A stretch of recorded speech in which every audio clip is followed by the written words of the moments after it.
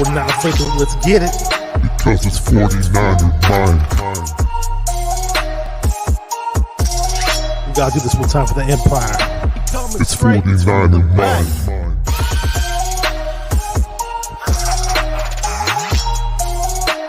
It's 49er mind. We gotta get that brick by brick real quick. 49er mind. BayArea! Yo, we can't listen to them haters, man. 49er mind. We from the Bay. 49er mind. We them San Francisco 49ers. 49er mind. We got that red and gold blood inside us. 49er mind. Oh yeah, freak out, yeah, I'm looking right into the video scope, and this is Macho Man, #1 Macho Man impersonator, past, present, future, yeah, and I'm here to tell you, you are watching 49er Minded with Bashar, yeah, the cream of the crop, dig it?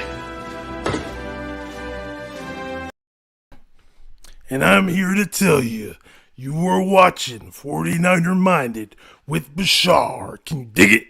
What's up, everybody?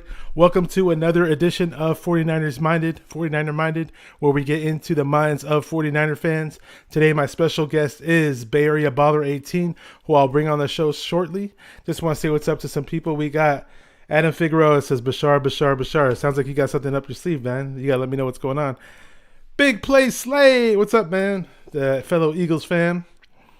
We got Amin the Dream says, what's up, 49er Minded, and BayAreaBaller18. What's up, Bob Money? How you doing? And Amin the Dream loves the Macho Man. He says, oh my God, it's the Macho Man again. That's his favorite wrestler, everybody. So, BayAreaBaller18, he's a YouTuber, big 49er fan. You guys might know him for the Cone Show. He's been on my show before. Got him coming on right here. This guy's got a ton of energy. What's up, man? Bashar, what's going down? I'm excited to talk some football with you. Oh yeah, without a doubt, man. Let me see what this guy says. Big Play Slay says, say it for me. What do you want? What do you want me to say, man? What do you want me to say? It's 49er Minded. Okay. It's 49er Minded. Bob Money wants a wrench. Bob Money, he's making demands. I don't know if I can do it from where I'm at right now. Hang on. I'm not on the YouTube stream right now. I'm on the. What's up, Pie It's called Nord? StreamYard. Can I do it from here? Give me a second, Bob Money. I'll do it for you. What's up, Pioneer? How's it going, man? Well, shout out to him. Yeah, man. So we got Gavin. Oh, whoa, Gavin's on here all the way from Wales. Says, let's fucking go, Bashar and BayAreaBaller18. What's up, man? The notorious GAV. I call him Niner McGregor. Let me get that done for you, Bob Money. I'll get that for you. But how you doing today, BayAreaBaller? How's it going? I'm really good. Home. We got a little hiatus in sports. I've had a lot of sports on my plate lately, right? Giants are in the playoffs. Football's going down. NBA's about to start up. But tonight we got a little lull in action. So it's the perfect night to hop on with Bashar, 49er Minded. I'm doing good, man. How you doing? Doing pretty good. Obviously we'd like to get some redemption from this last game and have a game this upcoming week. But hey, it's a bye week. Our players are finally going to get some rest, and hopefully people rest their minds too, because a lot needs to be done, and we'll definitely get into that in a second. I'm setting something right now. Just give me a moment. We're going to dive into the questions. Just a second here. Where are we at? Just a second. Here we go. I think I'm going to do this. This is how you do it. Yeah. Shout out to Big Play Slay. Me and Big Play had a tight. What was it? It was on Payo time had a trivia, and I took Big Play Slay won round 1 and I won round 2. So it's like we're even. We're 1-1. So shout out to Big Play. What was the trivia based upon? It was the first one was like current NFL questions, like about statistics and whatnot, and then the second round was more historical NFL facts, and that's where I got him. Big Play's a youngster. So when we're talking big picture and we're going back a ways, I had the advantage. There you go. So let's get right into it. We know you're a huge sports fan. How did you become a 49er fan? How did that all come about? I mean, I was born and raised in the Bay, South San Francisco. So due to geographical location, that's the easy answer, right? But I just love football. I love watching football. I've been playing fantasy football since 2005, damn near. So I've just been involved in the sport, love watching it. And the 49ers are my squad. And Bashar, let me tell you the most frustrating thing. I was 4 years old the last time the Niners won a Super Bowl, right, in 1994. So it's like I was too young to really know what was going on. But I've seen these two Super Bowl losses, right, against the Ravens and then more recently against the Chiefs. And, man, they sting, man. I still feel the sting on those losses. Well, I do too. I was fortunate to actually witness three. Well, I witnessed 4 victories, let's say, but the first one I wasn't really paying attention to because really wasn't into football back then. But the last one I definitely witnessed very well, and I had tons of fun watching it. But did your dad watch the Niners? Did he get you into them, or? You know what? My dad was a Jets fan. Little secret, little known secret. He was a Jets fan. He wasn't huge into football, but I remember I asked him a while ago. I said, "Why do you like the Jets?" And he said, "Bill Parcells." He really liked Bill Parcells, and for that reason, he became a Jets fan. I didn't follow suit, but I do like me some Zach Wilson. Shout out to Waruna in the chat. Oh, Zach there Wilson, you go. he's going to turn it around, man. Zach's going to get this thing on track. Maruna says, just for the record, I am 5-0 with my predictions so far. I like Zach Wilson a lot coming out of BYU. I watched him a bit coming out of BYU, and I was thinking, oh, man, that'd be so cool if the 49ers could trade up and get him, but I was okay with the Lance selection at the same time. Pinor has a personal question. Said, did anyone from the 49er community go to the same school as you? Did anyone from the only one I know is I was with John Jay briefly at Reardon in San 49ers Francisco. Ultimate Report? 49ers Ultimate Report. A couple years at the same school. Other than that, nothing's jumping out at me. Yeah, Pinor hits people with the hard questions from time to time. That's what he does. What was the first 49er game that you attended? Do you remember that? Yes, the first 49er game I went to was Alex Smith's first start as a 49er. It was preseason. It was like we literally just drafted the kid, and you got all these high expectations. We took him 1 overall, and my buddy D-Hack, shout out to D-Hack, he hit me up and said, hey, let's go to this game.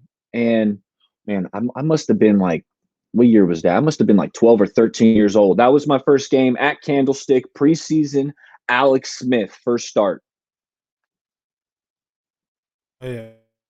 Sorry, man, I was on mute, but Alex Smith, the rookie season was a rough watch, man. That was not fun to watch. I mean, his first few years were all rough, and it was like we kept switching up OCs. Remember that? Every year he had a new OC, and it's hard.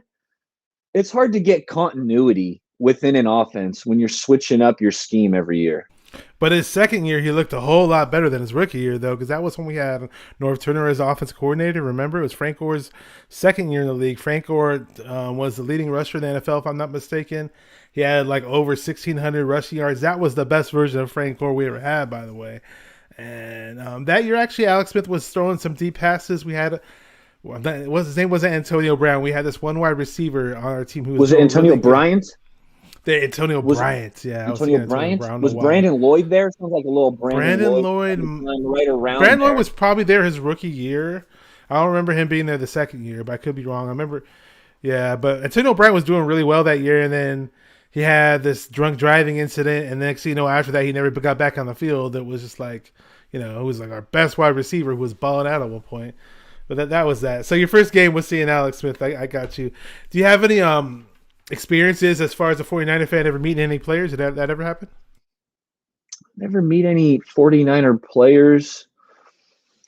No, but I did spot Joe Torre, Hall of Fame baseball manager, in a Starbucks when I was in Berkeley. Random. So I got to give you my celebrity spot. Okay, I was walking around in Berkeley, and I'm looking through the glass. I'm walking by the Starbucks, and I just look through the glass, and I see Joe Torre in there. And I was like, at first I was like, oh, I'm going to take a picture outside. And I was like, I'm just going to go in there. So I walked in there, said what's up to Joe Torre. He was the nicest guy. Really, he started asking about me. Like before I could get off my questions to Joe, He's like, what's your name? What do you do? Nicest guy in the world. Talked to Joe Torre for a little bit. Spotted Bill Walton, also in Berkeley, around where I work, downtown area.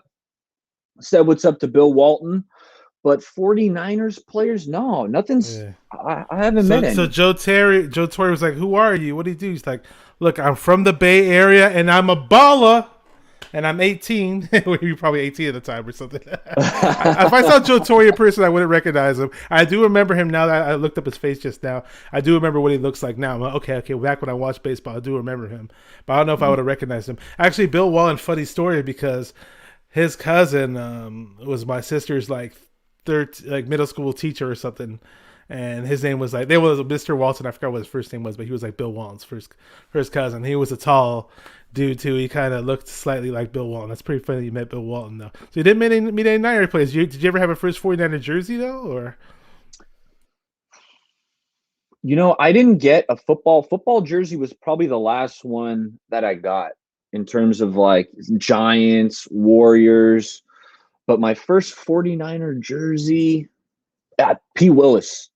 Patrick So it was a little bit later, But when I first, got my own job and had my own ducats to buy a jersey, it was P. Willie. We got Patrick Willis. I loved Patrick Willis, man. Put him in the Hall of Fame, man. What are we doing? I wish he played longer, though. If he played longer, it wouldn't be an argument. I'm telling you, man. It wouldn't be an argument. You know what? Yeah. Quality over quantity. All right. Yeah, he didn't have this 12-year NFL career, but he was all pro, phenomenal every year that he did play.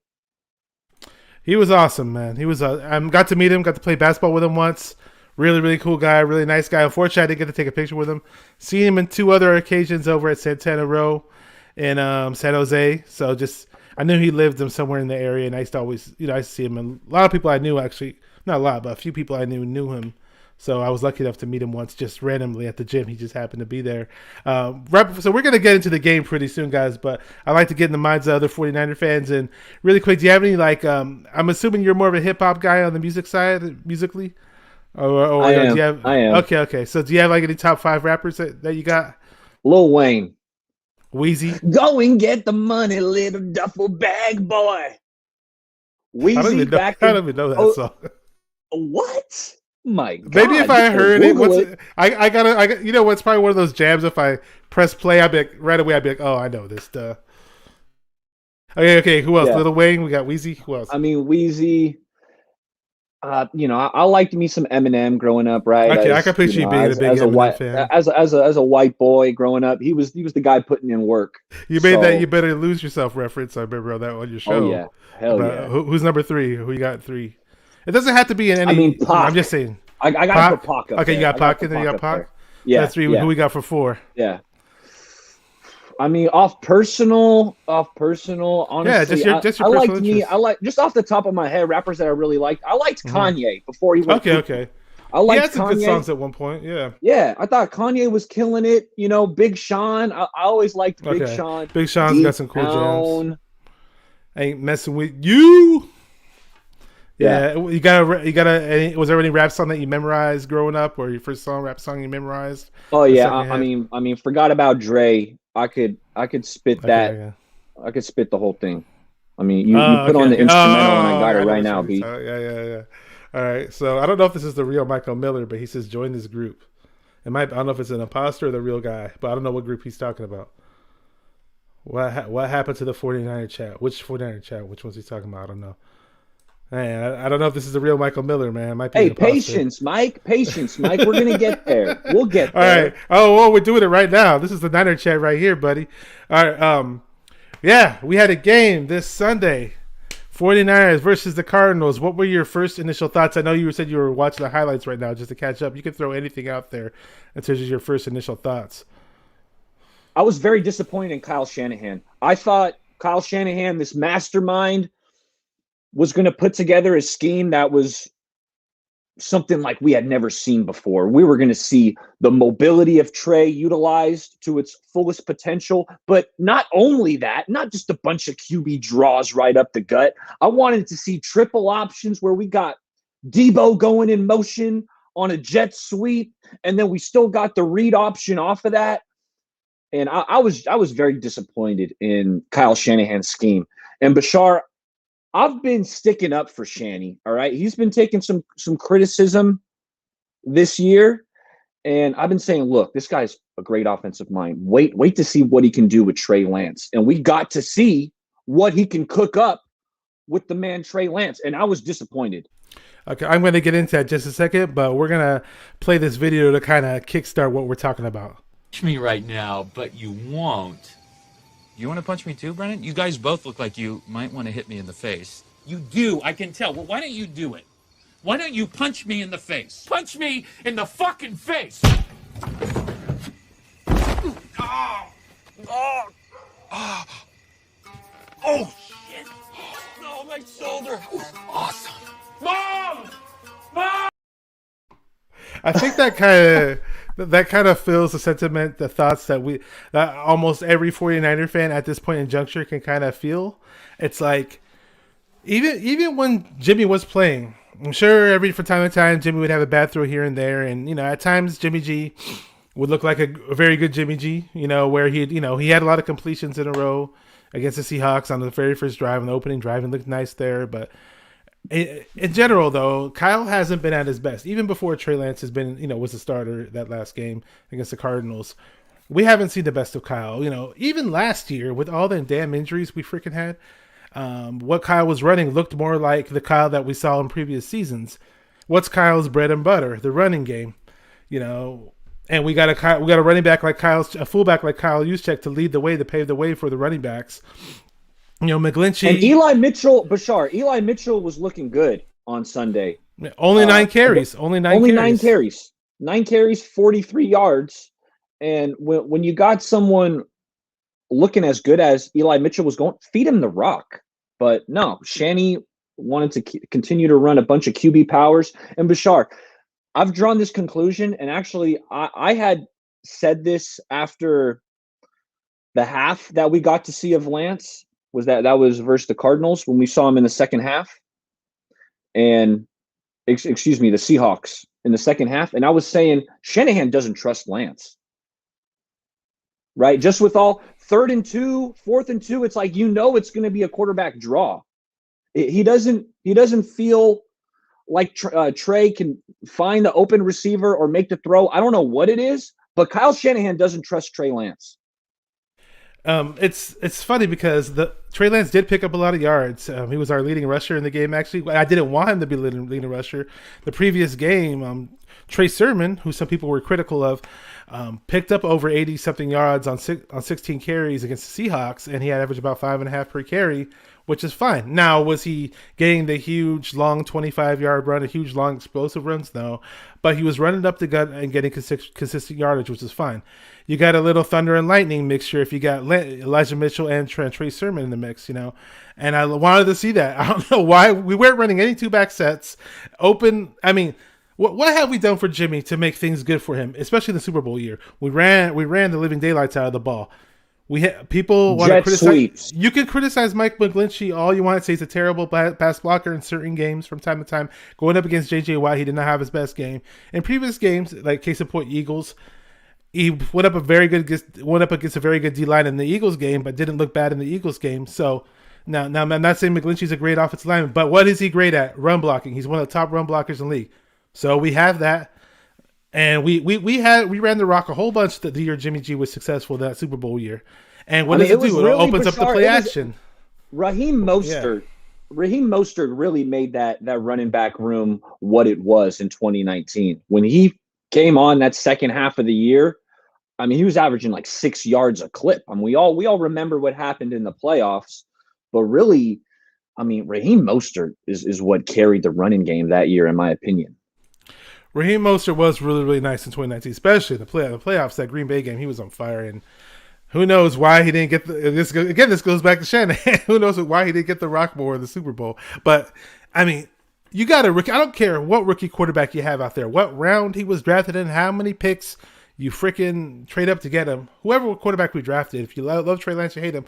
Does that make the situation a good situation for that rookie quarterback to step in and sit there in empty sets the majority of the time? And then we're forcing him on runs. And the ironic thing is he only averaged 3.5 on those design runs. And the big runs that he had where he did gain all the yardage from where, like, pass plays that may have broken down or where he may have not seen the open man, I notice he does scan and look down the field. He doesn't sit there and take the snap and run. I'm talking about pass plays now. Because on pass plays, he doesn't take the snap and sit there and run right away. He does look from time to time. Now, he doesn't see everybody as good as, a Matt Ryan would or Aaron Rodgers would or Tom Brady would, obviously, at this stage of his career. But, my thing with Lance is, how is he going to get better? How is he going to be? I'm going to start playing some videos of Lance right now, just a couple. But how does he get better? How does Trey Lance get better? He's not going to get better by sitting on the sidelines holding a clipboard. He's not going to get better by, watching Jimmy G come out there and those who want to back up Jimmy G as much as he want, it's his 8th year in the league. And sure, he does things that a veteran quarterback does considerably well from time to time. But there's times where he doesn't look like a veteran quarterback. And that there's if Jimmy G was as good as everybody says he is and wants to defend him as much as they say he is, we would have never drafted a quarterback with a number 3 pick overall. I would have been the first guy screaming my head off saying, what are we doing drafting a quarterback? We already got a starting quarterback right now. But that wasn't the case. I should have been. You guys should have seen my face when I did that. I was totally in character. But I'm saying I'm in character. Just showing some. I was saying I'm in character, but I'm gonna say it again. Like, what are we doing drafting a quarterback? We got a quarterback right now. That's exactly how fired up I would have been if Jimmy G's as good as you guys say he is. Don't lie to yourselves. That's all I gotta say. I'm not gonna be a jerk. I'm not gonna be a jerk and be all mad and yell at people, but. Let's be real, please, man. We would have never drafted a QB and said, oh, look, Lance sucks.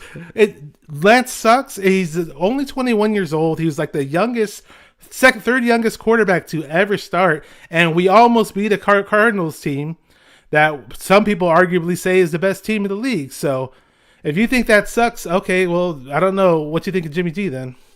Jimmy Garoppolo, we know what he is. He's mediocre, all right? If you're a Niner fan pounding the table for Jimmy G and you love mediocrity, go be a Lions fan, all right? Mediocrity for days, for years, all right? The 49ers, we're talking Joe Montana, Steve Young, all right? We want Hall of Fame, extremely talented quarterbacks, all right? And that's what we're taking a swing at with Trey Lance. We don't know if he's going to get to that. Those are lofty standards.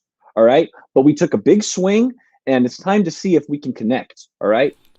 Yeah. And Bashar, here's a thought before I forget it.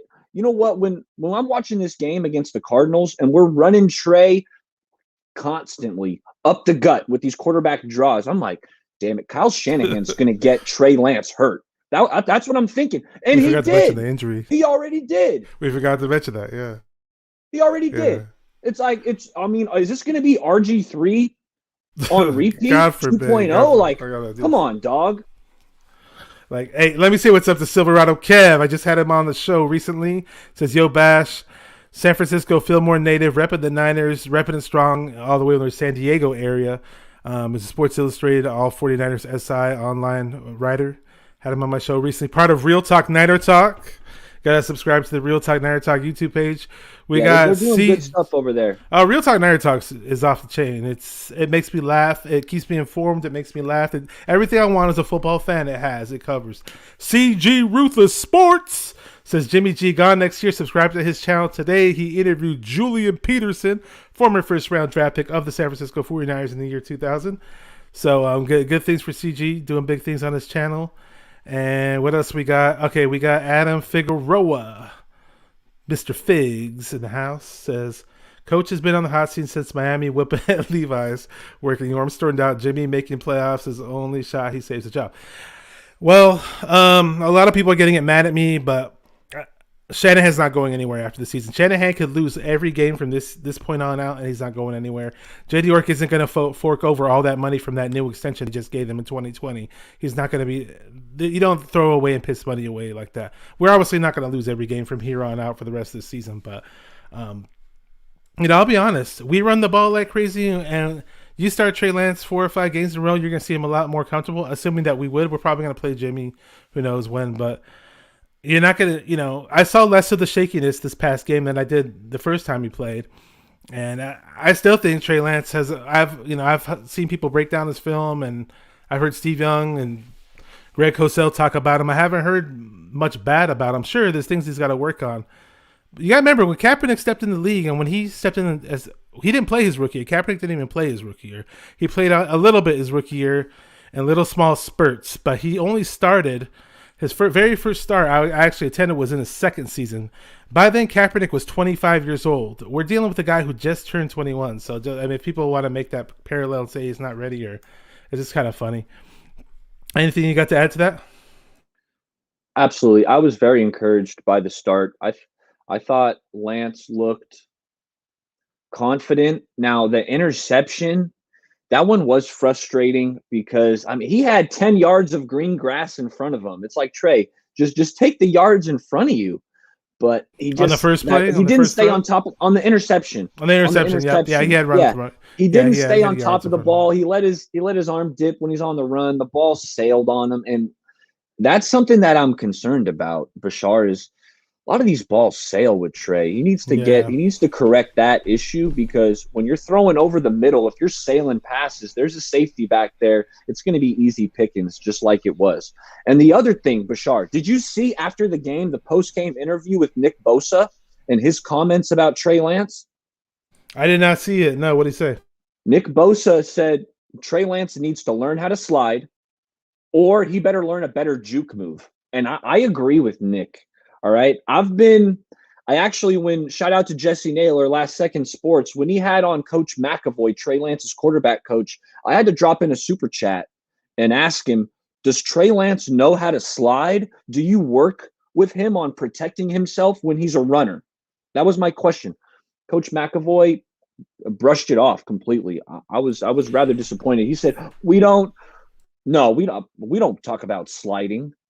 Like it was some stupid question to ask. Like, okay, how about protecting the investment? You want this guy to be a great all-pro level quarterback? How about you teach him how to protect himself? Because I watched every snap of Trey Lance at North Dakota State, right? Guy didn't slide one time. And yeah, he's got that physical nature, right? He can run some players over. He can, especially if it's a corner. Oh man, he will run through a cornerback. But this is the NFL now. You got 225-pound linebackers that run a 4.4 that are putting their shoulder right into your knee. All right? Protect yourself, dog. I was just about to slide. That's always been stuck in my head. It's an inside joke. What is up, 49er dude? Says, what's up, Bashar? This guy's 49er, does some 49er rap songs. He's got a YouTube channel under 49er dude. The name you see right there, he's got a song called Gold Blooded. It's a what's it called? It's a cover of a Rick James song called Cold Blooded, I believe. Yeah, but it's all 49er related in the song. Good dude, man. And yep, good to have him on here without a doubt. Let's see if I'm missing anything in the chat. Oh, here we go. Oh, Raruna. Look at Raruna's take.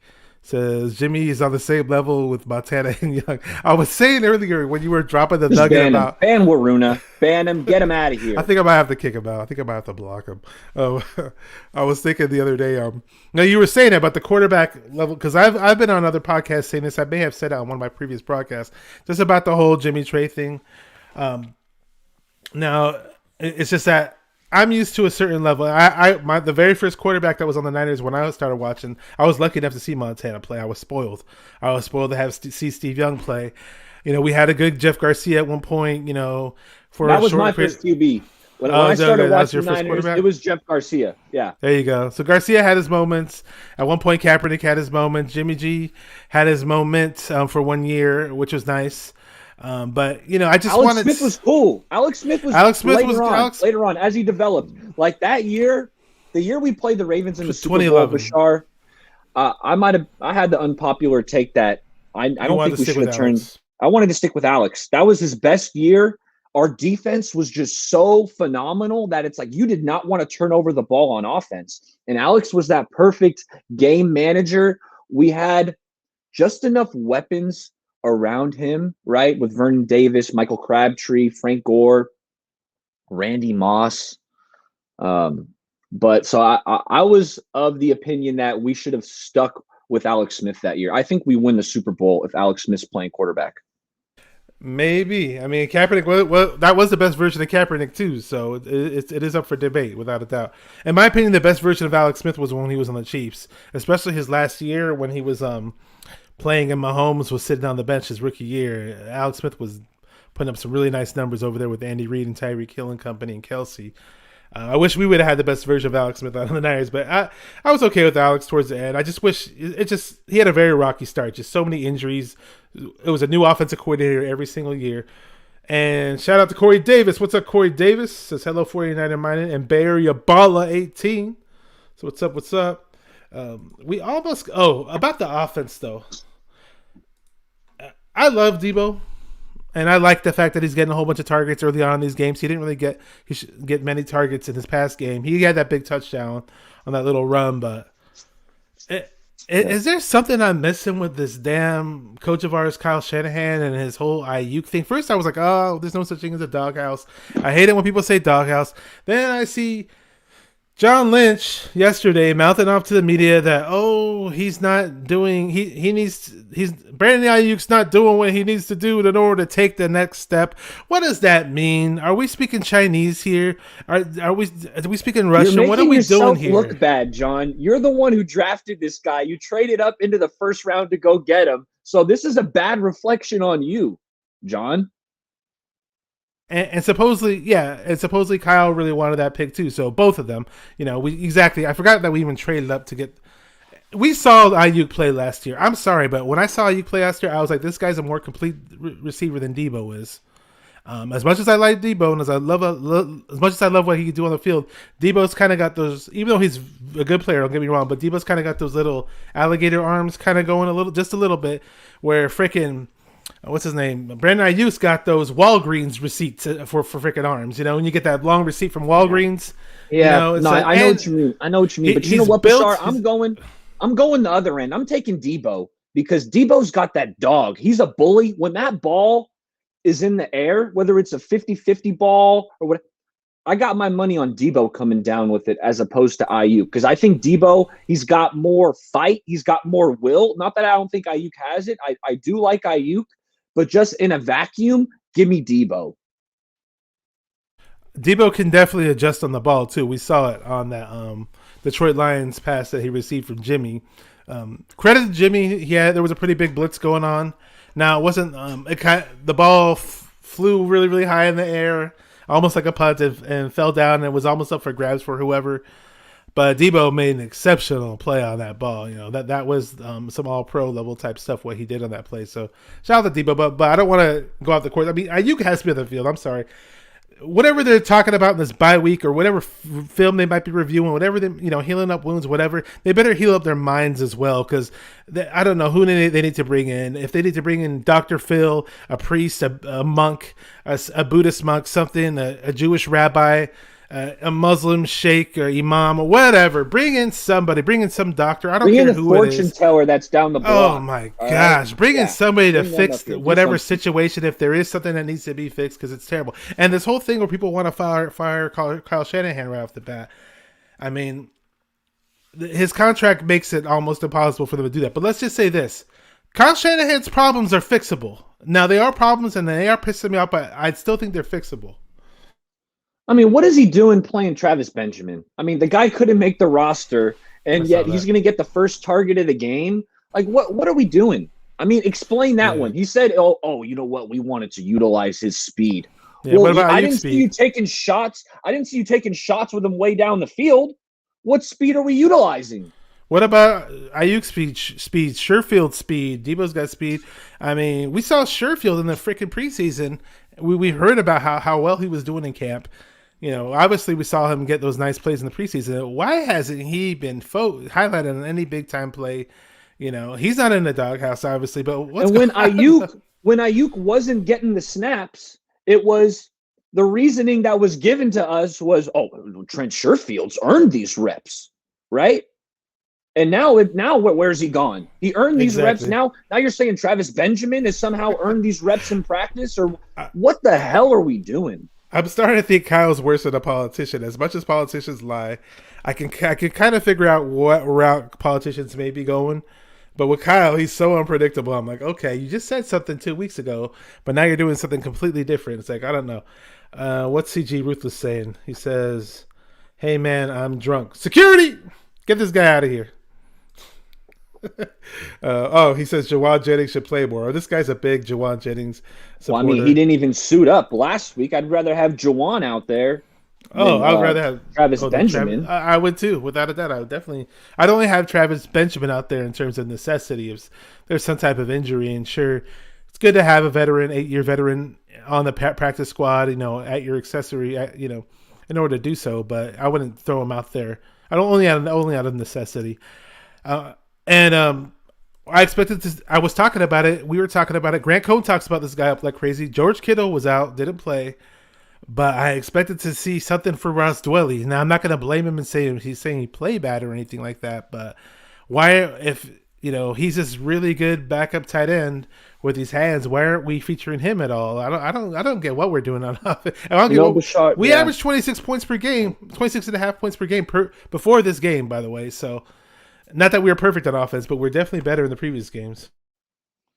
I watched the All-22 earlier. Grant and Jack broke it down, and there was a couple times Ross Dwelly's running the seam route, right? And he's open down the seam. We're talking for a chunk play, and Trey doesn't pull the trigger. So that's something where, I mean, Trey's got to – I think he's going to get better as time goes on, and obviously experience. That's the number one factor with Trey. It's experience. The kid needs more experience, but – there were a couple plays to Ross Dwelly that were there, and for whatever reason, whether Lance didn't see it or he didn't like it, I'm sorry, they were there. So, he caught a couple short like curl routes, intermediate, but yeah, I thought Ross Dwelly. I loaded up on Ross Dwelly in DraftKings. Right, I'm a big DraftKings guy every weekend. Did you lost money? Yeah, I lost some money this week. I didn't hit. I mean, because he was dirt cheap. He was literally dirt cheap at tight end, and I'm like, okay, Dwelly. You would think, yeah. Yeah, I think we pretty. Oh, this is. I'm in a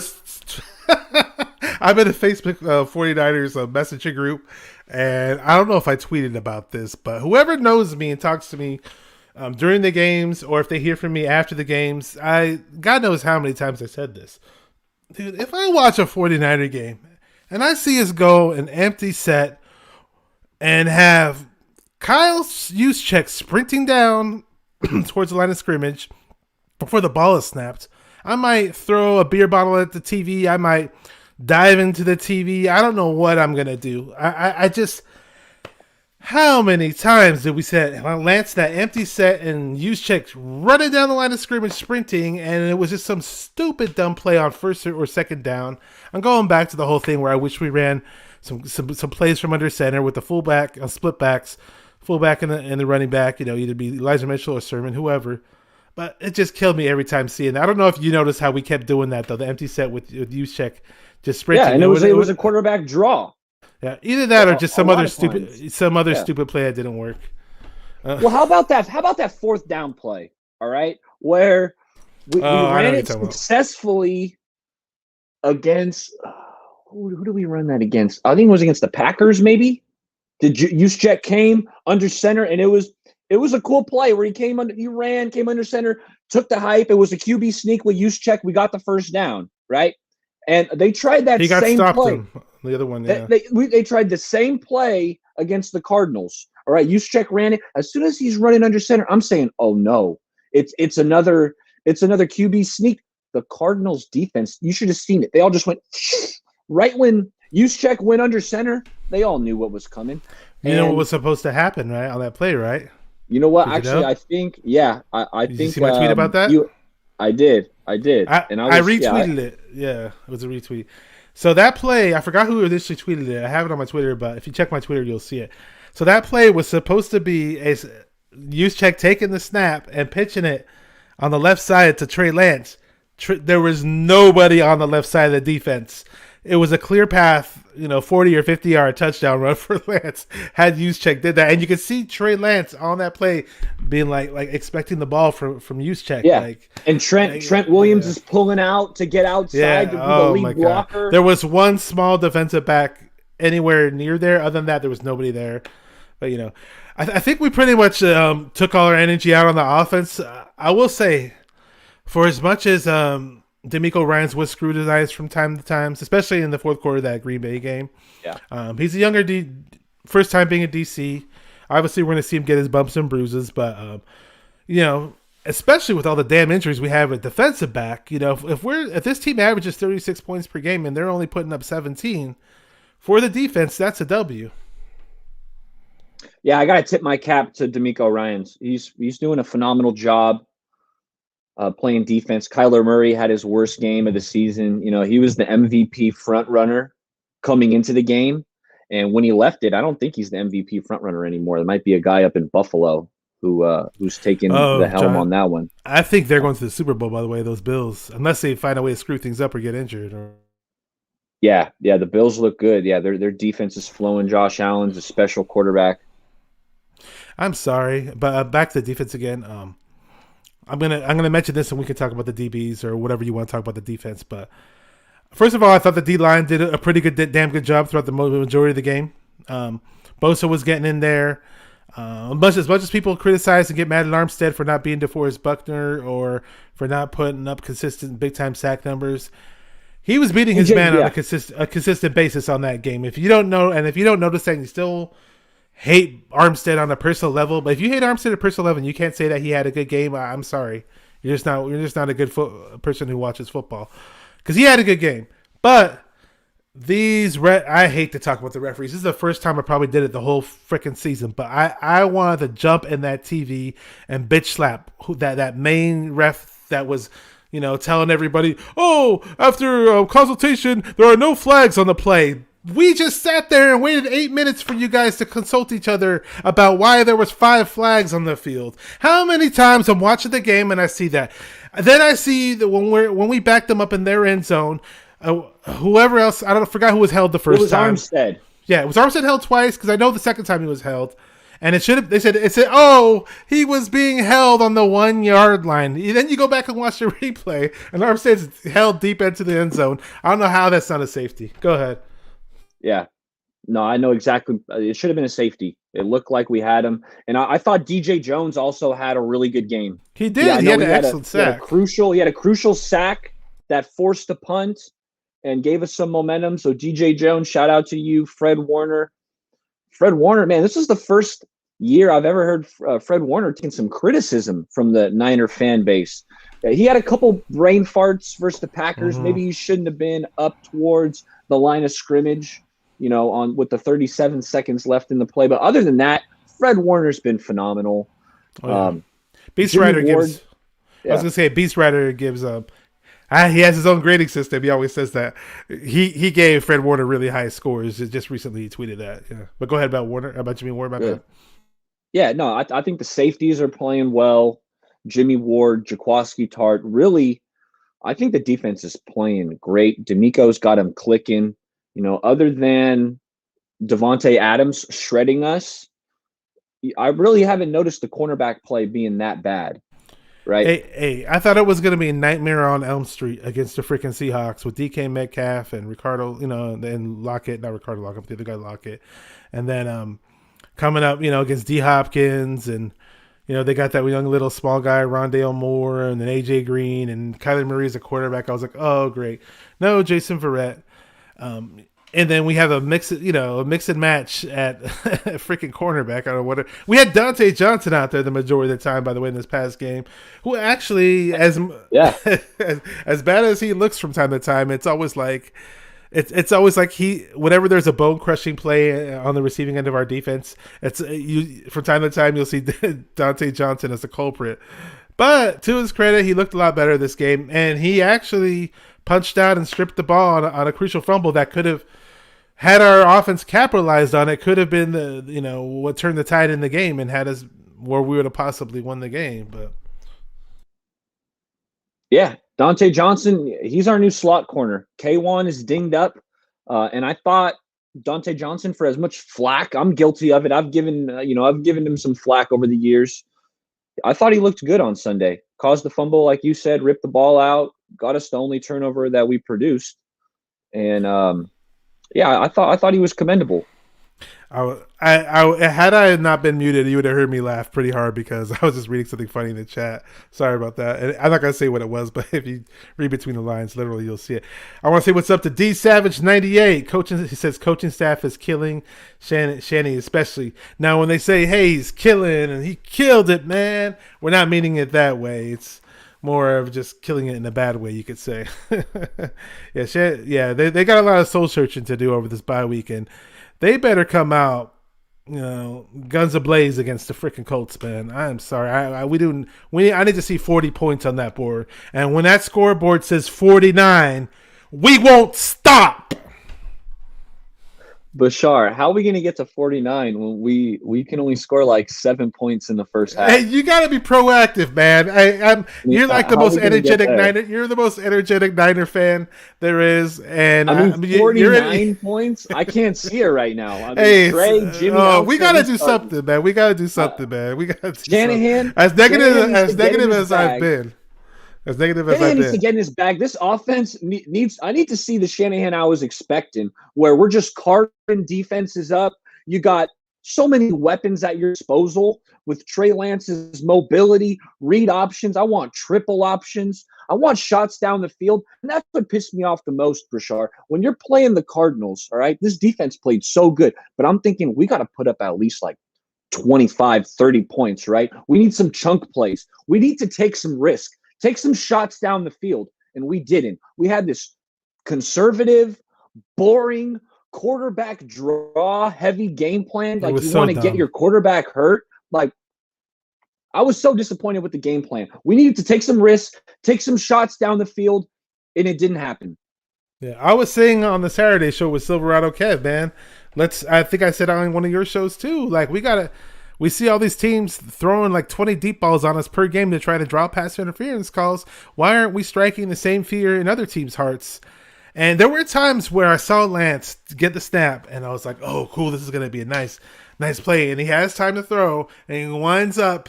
I'm thinking, oh, great, this is going to be an awesome deep shot down the field. And then, boom, ball gets tipped to the line of scrimmage. I was like, oh, great. I think it happened twice. It may have happened 3 times. I think it happened more. There were so many damn tip balls. Oh, that, and it's like, and if you're a defensive lineman, 9 times out of 10, if you are tipping a ball, it's a heads up play, sure, from the D lineman, but it means you're getting blocked pretty bad too, though. I mean, when Watt tipped it, he was at the line of scrimmage. Brunskill, dog. Brunskill. Yeah, Brunskill's getting pushed back into Trey Lance's lap. So the defender's right there to get his hand up for Trey. Brunskill. And that's where Aaron Banks was supposed to be the answer at right guard, Bashar. That's why we drafted a guard in round 2 to solve this issue we have with Brunskill. It's a hole in the offensive line. Brunskill, great utility lineman. Yeah. He's a utility guy. He's been the lowest ranked. He's been the lowest ranked offensive lineman last year, and people want to. I think McGlinchey gets dragged on more so because of where he was drafted, but in terms of performance, Brunskill's been the guy who's been the weakest performer on our O-line from last year till now, and easily, and it's so. And that's why you mentioned Aaron Banks. I was like, when we drafted Aaron Banks, this huge, big, strong-looking guy, and I'm like, oh, cool, this guy's gonna be a pseudo Mike Yapati cut type because they said, oh, his strength is pass protection, and right off the bat, he's going to be a great pass protector. And that's what they said. That's what they told us. Oh my! I'm just hoping that they try their hardest to development and not give up on him because there is talent there. If you watch what he did in college, I don't see how he can step into the NFL and be this complete total dud. He looks the part. He looks the part. He looks the part, and that's why we drafted him because when we drafted Banks, I'm thinking, all right, this is going to solve the issue at right guard. We remember in the Super Bowl, Chris Jones just had his way with, who was it, Mike Person, right? Just dominating, bullying the right guard. Our right guards have been getting bullied for years, and Banks was supposed to solve that problem. And where are we at? We don't know if he's going to be able to solve that problem. Yeah, right now he's looking more like Sasha Banks. If you know who that is, it's a WWE wrestler. It's a chick. What was I going to say? Oh, and it's funny because people talk about Brunskill. I don't know how this happened, but some people it's kind of like a mirage to them or kind of a blur to them. They may assume that Brunskill is really, really good because last year, for whatever reason, something clicked in him to play the most amazing game of his life against Aaron Donald. I think he did it twice, right? If I'm not mistaken. I don't know how he pulled it off, but no, he did. Yeah. Brunskill looked good against Aaron Donald. And I mean, is it one game? I mean, you're right, but we see it week in and week out. Brunskill cannot anchor. If you have a powerful defensive tackle, let me tell you, NFL teams playing the Niners, your powerful DT, line him up over Brunskill, all right, and just have him walk Brunskill back into Trey Lance's lap, because that's what happens time and time again. He cannot anchor against powerful defensive linemen. Pioneer says more like Tyra Banks. I know Tyra. I didn't know he doesn't look like Tyra Banks, that's for sure. Oh, I like me some Tyra. Yeah. That Sports Illustrated swimsuit cover, right? Yeah. Let's see what he said. Oh, here we go. Corey Davis. What's up, Corey? Says Staley said offensive line should punch defensive linemen in the stomach to keep them from raising their hands. Yeah, that'd be a good idea. You know what? That's probably what they need to do. There's probably some type of blocking technique, seriously, because if you're a D lineman and you're batting balls, it doesn't necessarily mean you're getting pressure. It doesn't mean you're beating your man. 9 times out of 10, you're getting blocked at the line of scrimmage. So that Staley's so savvy. He knows all the tricks of the trade. And I wish when I played offensive line, I had him in my ear telling me what to do, man, just to learn all those different tricks and all that stuff. Not that I wasn't coached well when I played high school, because I was a pretty decent offensive lineman, but I didn't hear that trick when I was playing, and that's a cool little trick to hear, man. Staley knows it. I heard Staley was pretty critical of McGlinchey. Hopefully it's a kick in the pants that McGlinchey gets. Now, in my opinion, McGlinchey has played a lot better than he was last year. Now, there's times where the pass plays break down, blah, blah, blah, blah. But if you want to be critical, Trent Williams had a holding call and got beat a few times this past game, too. We had that flag drive. The flag drive drew me nuts. Where it was like Trey's trying, he's trying to get us down the field, and it's like, flag, Trent Williams, flag, Mike McGlinchey. They're drive killers. Travis Benjamin. It was like drive killers. Flag. We've had a lot of penalties on us this year. I don't want to see any damn bright yellow this next coming game. That's what I saw on the screen. Especially when it was a big play. I was like, oh, great, there's a I'm always the last person that celebrates on a play, right, by the way. Everybody else will celebrate. Yeah, look at that run. Woo-hoo-woo. I'm like, no, there's a flag. Look at the screen. There's a flag. I'm always yelling, there's a flag, And then I'm like, oh, okay, cool. It was on the defense. Okay, good. My bad. It was on the defense.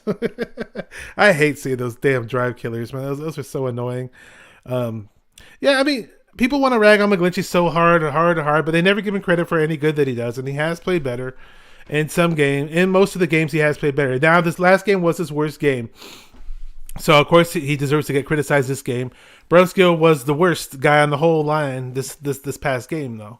And I think he should definitely get his fair share of criticism, too. And that's what we're here for. Best case scenario, sure, those guys play better. Otherwise, hey, we get replacements for them. When it comes to football, this goes back to Jimmy G thing. Nobody's irreplaceable. Everybody's replaceable. So, somewhere down the road, you're not playing up to, par. We draft whoever player. We sign whoever player. Hey, guess what? They step right in. And boom. Hey, you never know. Maybe Jalen Moore says, hey, look at me, coach. I want to play. And maybe we throw him as a starter at right tackle or at right guard. You never know because, at the end of the day, somebody else better is going to be coming along the way to unseat the guy who's not playing so well. That's how I look at it. Well, I mean, we picked up Mike McGlinchey's option, so McGlinchey's going to be here next year, and paying him. I got you. Yeah. I mean, McGlinchey's going to be starting at right tackle, whether we like it or not. Right guard. I mean, you draft Aaron Banks in the second round. This guy needs to freaking play. Otherwise, add it to the bust list, John. And Matt Pioneer mentions Alex Mack here. Alex Mack, I watched him in college. I wanted the 49ers to get him. We didn't get him. And had an excellent career prior to being a 49er, obviously, with all the accolades he's gotten. And I would have loved to have picked up Alex Mack 5 or 6 years ago. Well, the current Alex Mack is a shell of his former self. Now, he can teach guys certain things, and he can call out certain blitz packages for the rest of the O-linemen. And sure, from time to time, that will be beneficial. But there's been times where I've seen Alex Mack get blown up at the line of scrimmage, and it's not pretty. So, Bashar. Alex Mack, when we signed him, I liked it, right? And I was under the idea that, hey, this guy's going to This guy's going to coordinate the offensive linemen and tell them who we need to block, where we need to slide, right? How about that first play of the game? First play of the game, Chandler Jones is coming in untouched. And it's not like it was a blitz. It was a 4-man rush, all right?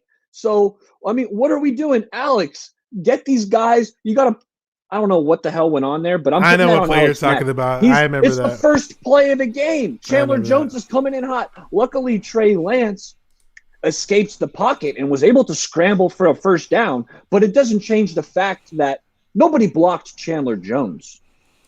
I got you. Let me read Pinor's comment really quick. He said, Mack is here because 2016 Super Bowl losing team. Yeah, he was on that team.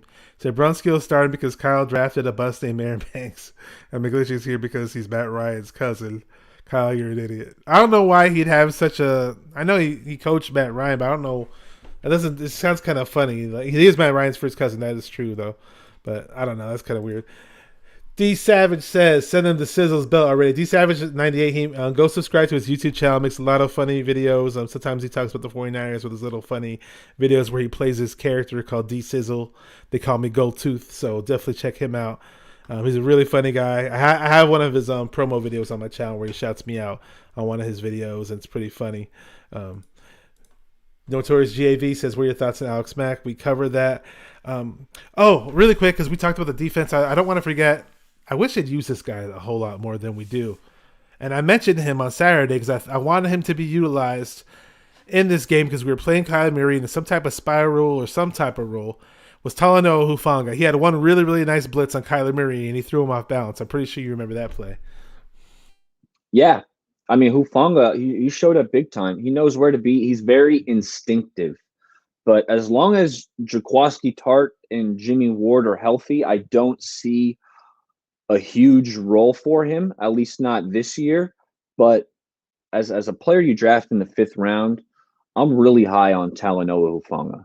I wouldn't mind him as like a fill-in on like a nickel defense, is almost like a nickel linebacker, or from time you have him kind of near where Fred Warner is. Maybe you have Jimmy Ward come down into the slot and guard somebody. Tart can guard he can man up on tight ends well, and then you have Hufanga in like a robber role where he can just pick up whoever's open over the middle, boom, close it off. And before we close things out, I do want to touch on special teams a little bit because they've been anything but special from time to time. It's kind of funny because people mention the whole Ayuk thing and he's not being utilized properly. He might be in the doghouse, which sounds like it could be right. But then for whatever odd reason, Ayuk won the starting punt returner job, right? So see how those things kind of don't add up? It's just kind of odd.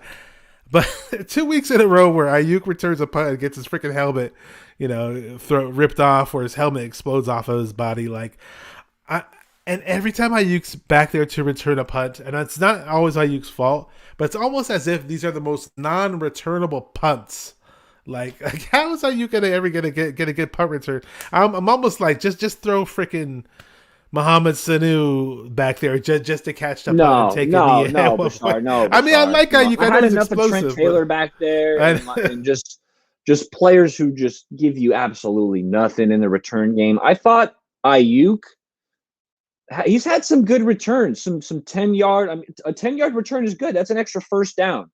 So I think it's looking good. I like Ayuk back there. He's gonna pop one of these. One of these games. He's gonna pop a big one. Yeah.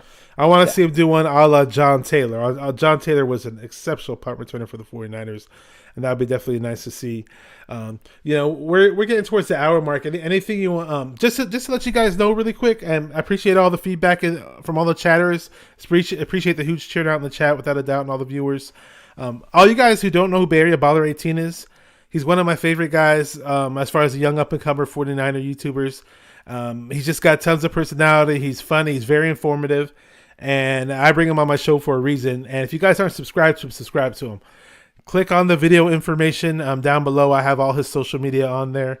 And definitely give him a peep. And before we wrap things up, do you have any closing comments? Anything you want to say? Anything you want to touch on about the Colts game or whatever you got lined up on your channel? The floor is yours. Yeah. Thanks, Bashar. First of all, thanks for having me. When you hit me up, I said, hell yeah, Wednesday, let's do it. But I want to talk to Kyle Shanahan. Kyle Shanahan, you're this offensive genius. I've defended you. Get in your bag. Open up the playbook. I want to see something sick against the Colts, all right? And it needs to be Trey Lance, all right? Jimmy Garoppolo, we know what he is. He's mediocre, all right? So we need to start developing Trey Lance. Try to win with Trey right now. I think we can win with Trey. And we have to open things up.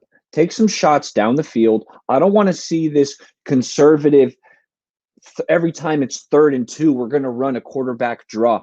I don't want to see that shit. The other team knows it's coming, Kyle. All right? Get in your bag and pick it up. As far as my channel, I love, I had you and Ray on last week. I love talking to smart Niner fans. And I'm going to be putting out some film content because I also like to dive into the film, analyze it, and really break it down in depth. So if you're into that, follow my channel, BayAreaBaller18. Follow my Twitter, BayAreaBaller18. Come check it out. And we're so blessed. We have so many good 49er content creators. Yep, we should do. Just like yourself, Bashar. Thank you.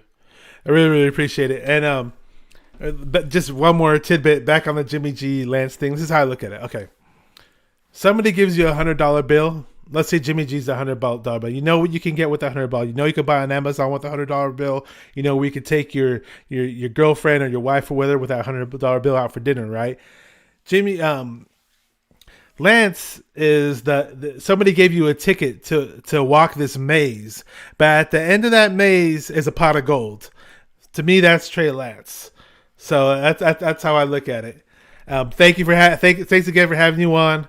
Bashar 49er Minded said, "What's up with the intro?" Okay, so we got a new intro that's coming up in the works. You already got the most lit intro. One's gonna that might be my show ender, or one's gonna be the show ender, and one's gonna be the intro. But this other one's gonna be lit too. Is all I'm gonna say. It's gonna be fire, all right? So I would have done a second one unless it was gonna be something that's gonna get everybody's attention. So 49er Minded, just a little spoiler. 49er Dude actually is the rapper on it. So there is gonna be something big coming out. I just want to spoil that for you guys. Okay, again, thanks to everybody in the chat. Thanks to BayAreaBaller18. And speaking of the intro that he likes, I just want to tell everybody, keep repping those 49ers and stay 49er minded. Peace!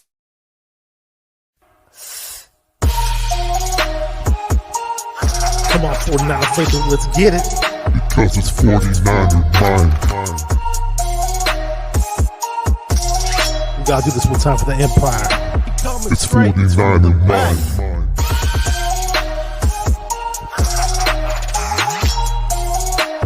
It's 49er mind. We gotta get that brick by brick done quick.